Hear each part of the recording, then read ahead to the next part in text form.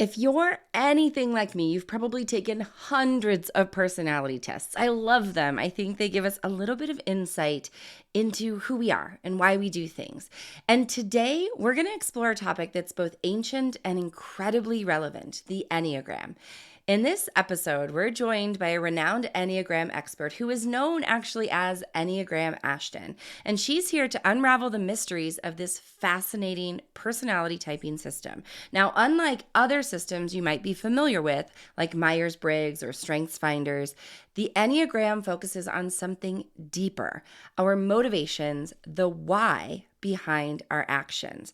Now, as Ashton says, the Enneagram stands out because it's not just about labeling behaviors, it's about understanding the core motivations that drive those behaviors, that drive us.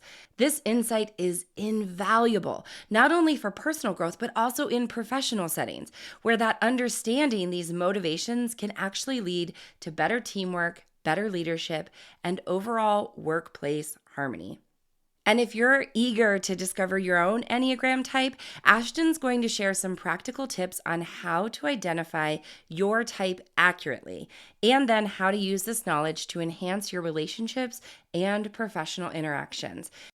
And we're going to discuss how different Enneagram types interact with each other. So, whether you're a seasoned Enneagram enthusiast or just curious about what your type might mean for you, this episode is packed with insights that you won't want to miss.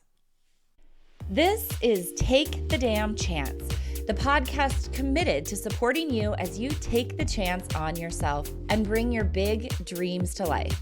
You know the one on your heart that you keep pushing to the side because it's not the right time.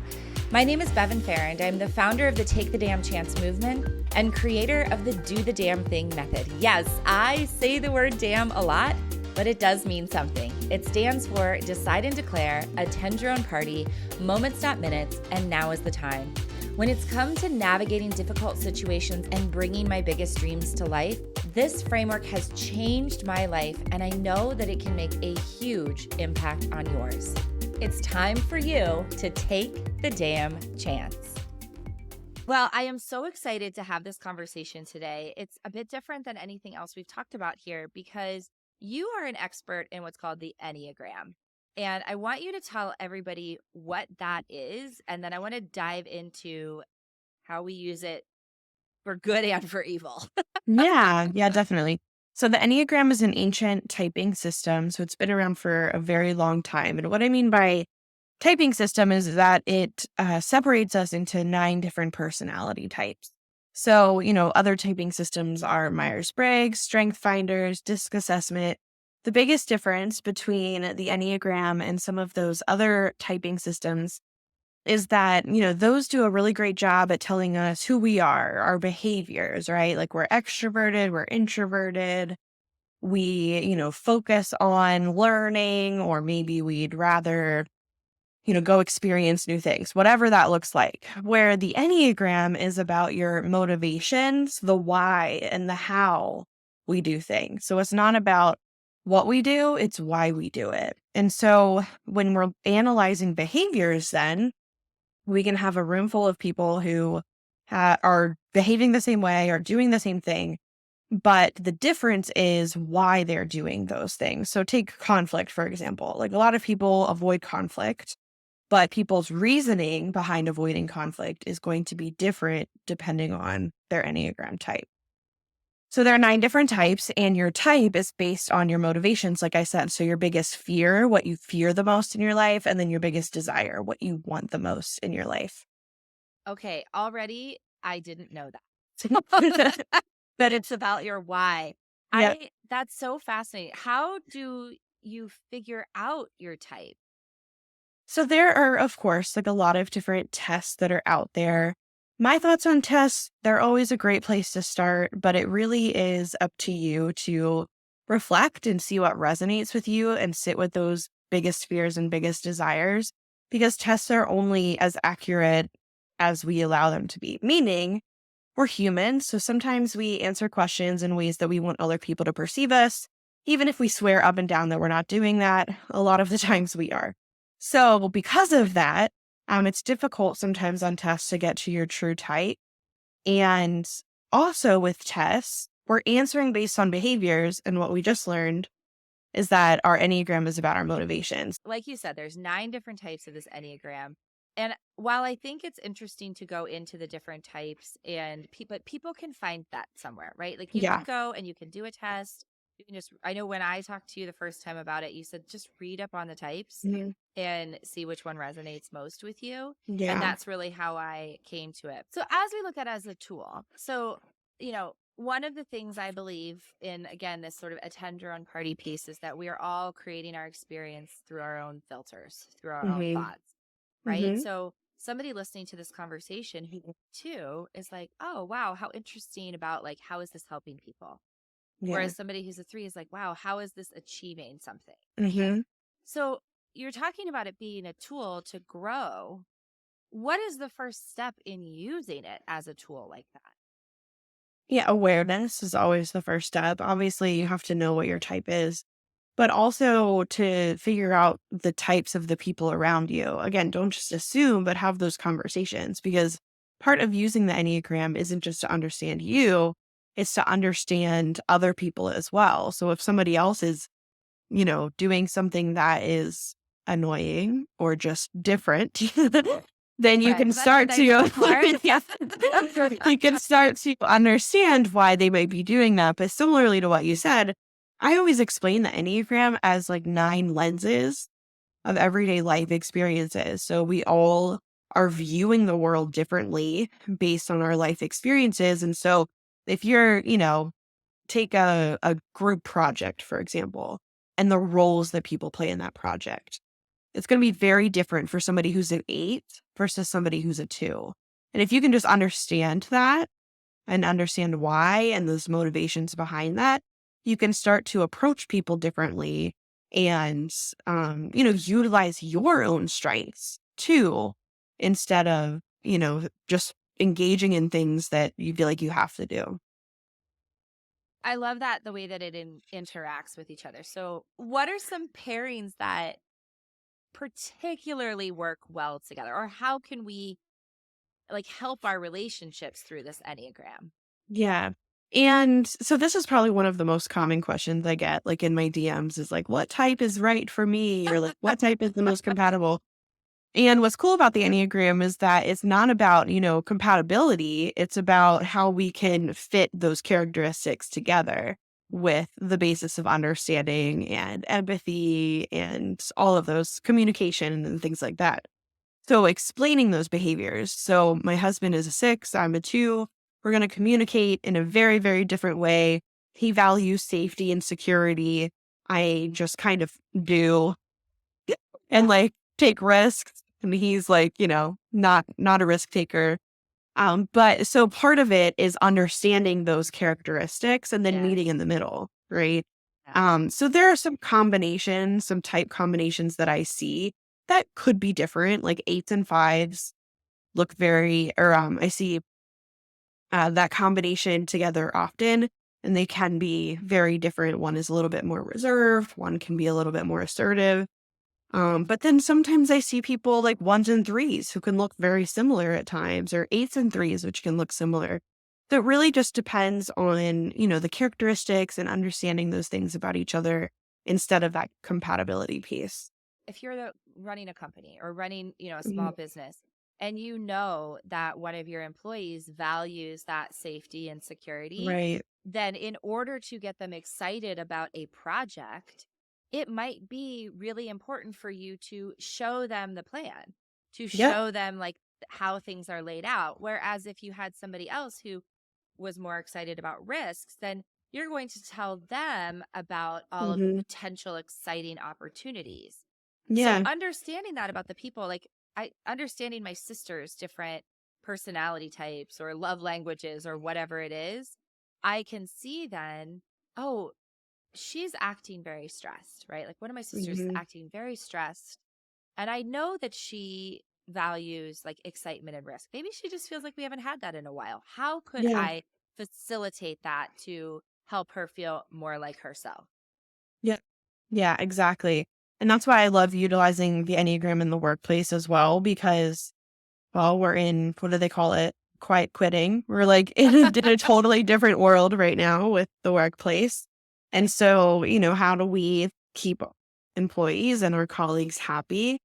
And part of that is just seeking to understand them and, what sets someone on fire, what makes them passionate about the job that they're doing, and recognizing that, putting somebody in a leadership position is going to have, a 3, an 8, a 1. They're going to like thrive in that. Yeah. Some of the others like prefer to take the supportive role. Yeah. And so even just, figuring that out about your people can be really impactful.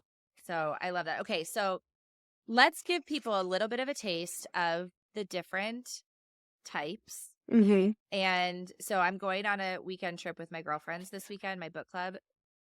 If the 9 of us were going on a trip, what would each of us do?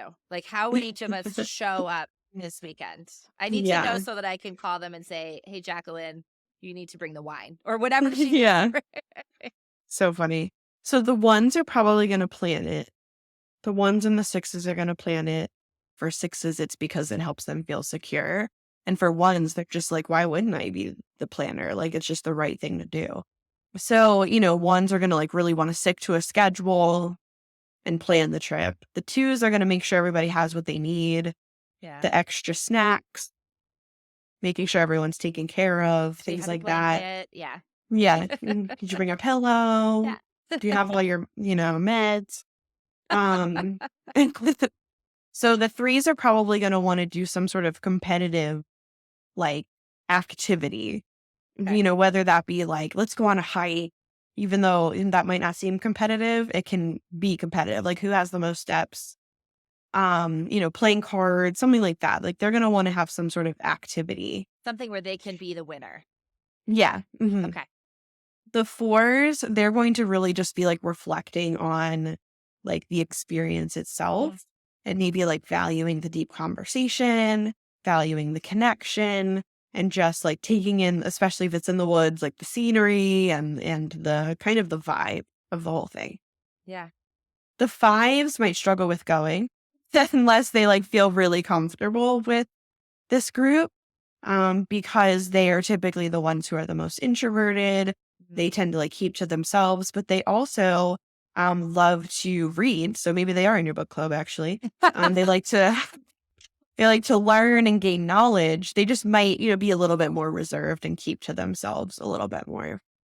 Mm-hmm. Like I said, the 6s are going to be prepared, and they might have the first aid kit. Yeah, yeah. I always use this as an example because we were going on a trip to Jamaica a few years ago, and like the night before, I was like, "Did we get bug spray?" And my husband was like, "I ordered like 5 different cans and a whole pack of like those bug spray bracelets like 2 months ago." He's got I was those in like a like, holster. He's like, "Yeah," which one do you need? and mine was like, I had the realization like the night before. So yeah, they're gonna bring the bug spray. They also might be like anticipating danger, like, are there bears? Are there like, is there wildlife? We need to look out bugs. The 7s are like, just, I feel like what the 7s are gonna do.